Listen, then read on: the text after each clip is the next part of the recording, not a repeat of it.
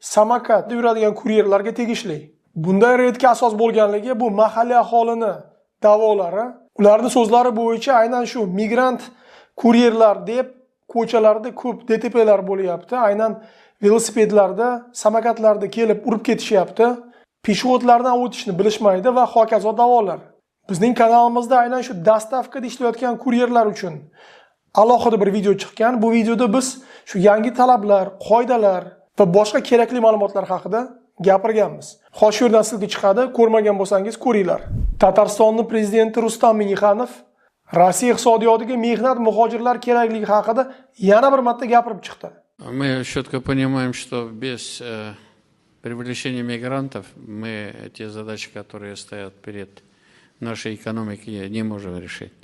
С другой стороны, все это должно быть систематизировано и должны быть теми